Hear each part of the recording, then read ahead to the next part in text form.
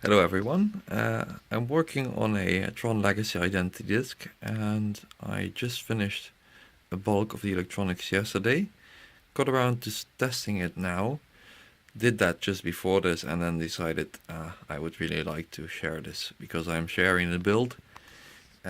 So I just cleared everything. I'll just show you the setup for now. The capacitor over there is for use with the LED strips going in.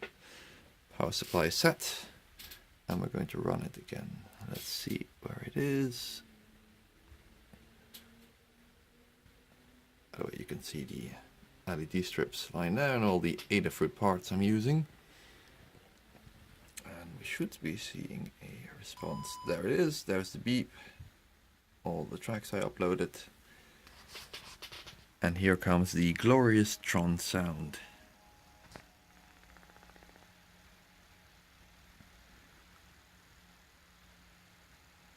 I still have to look into the clicking sound. I don't know if that's wiring or something else, but I'll get to that.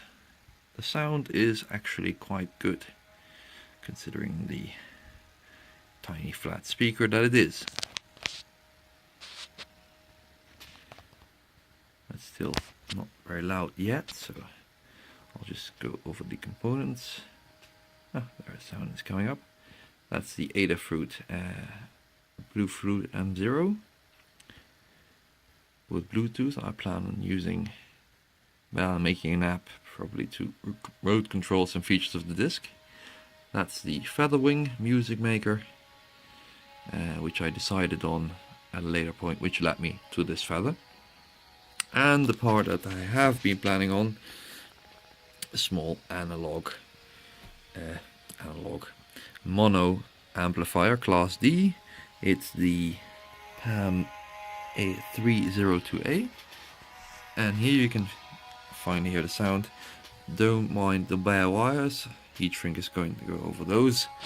Plus I plan on interconnecting the power for the LED strips on that as well.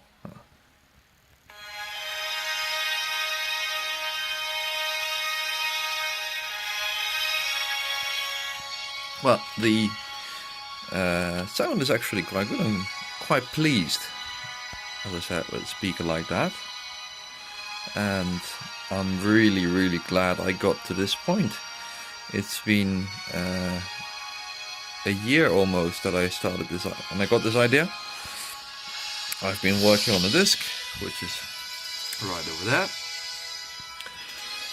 And now I can finally start on getting the electronics in, or LED strips. It's been quite an expensive project. I think all in all the costs are well into 500 euros. Electronics, getting the disc, everything, spray paint and stuff.